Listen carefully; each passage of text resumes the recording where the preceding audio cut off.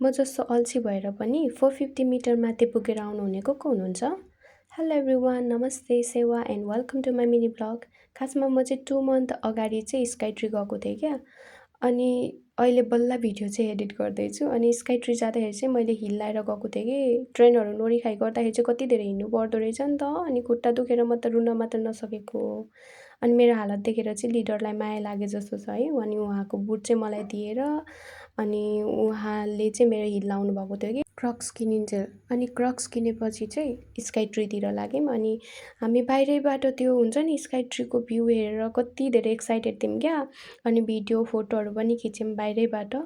अनि भित्र गएर पनि हामीले भ्यूहरू हेरेर कति धेरै इन्जोय गऱ्यौँ कि। अनि फोटो भिडियो पनि यति धेरै टन्नै खिच्यौँ। मैले चाहिँ फेरि साथीहरूलाई यति धेरै दुःख दिन्छु कि होइन, पर्सनल फोटोग्राफर बनाइदिन्छु क्या मैले चाहिँ।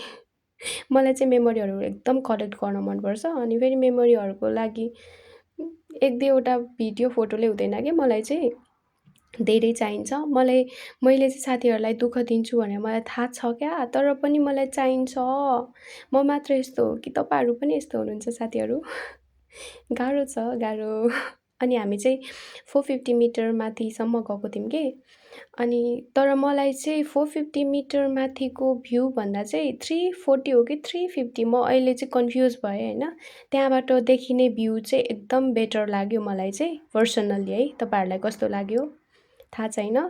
अनि हामी चाहिँ स्काई ट्रीबाट झरेर अनि लास्टमा चाहिँ कफीहरू खाएर गलेको थियौँ नि त। अनि एकछिन रेस्ट गऱ्यौँ। अनि हामीले चाहिँ जापानिज फुड पनि ट्राई गऱ्यौँ के, ओकोनोमियाकी अनि के हो कुनि, मलाई अहिले त नाम पनि याद छैन क्या। अनि नोमिखाइ पनि गऱ्यौँ। So thank you so much for watching the video guys and see you